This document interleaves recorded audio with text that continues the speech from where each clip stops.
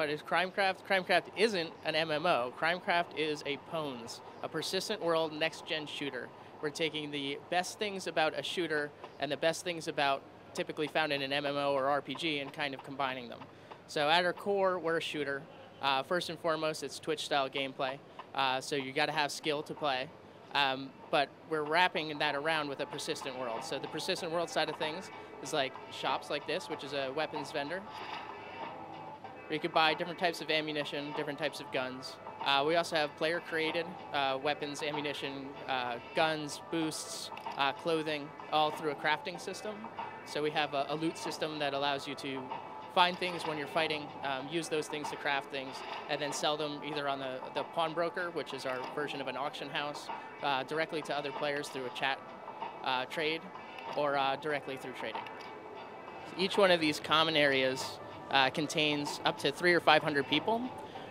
So it's going to be fairly big in scope, and all these community aspects kind of happen inside those areas. So whether that's trading, whether that's getting missions, getting jobs, the storyline gets communicated.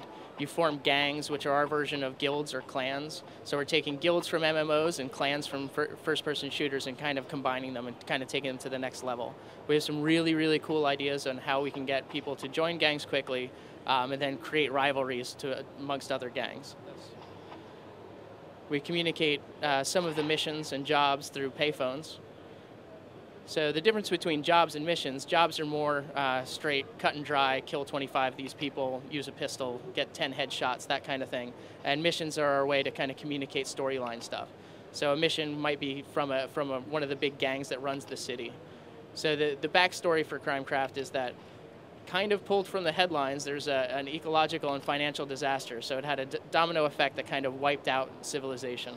So in order to kind of maintain some semblance of order, the cities built walls around them.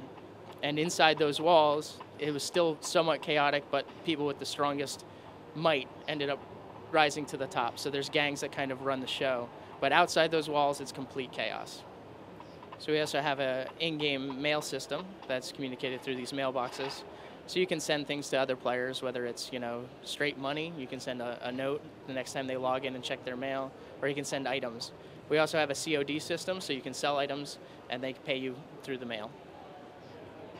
Again, taking some of the best things that are normally found only in MMOs and applying them to a shooter. Along those same lines, we added a lot of RPG features. If you look at the trend on where shooters have gone, they've brought in RPG features over time. We're kind of taking that to the next level. So through CrimeCraft, you'll raise levels. Right now we have a level cap set to 50.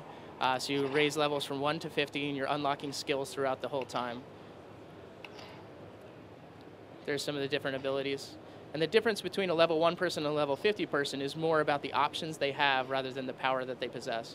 So if you're going to jump into a map that has long sight lines and you want to specialize and be a sniper, the high-level guy will have more abilities available to him, where the low-level guy might have just specialized in close combat type things, like shotguns.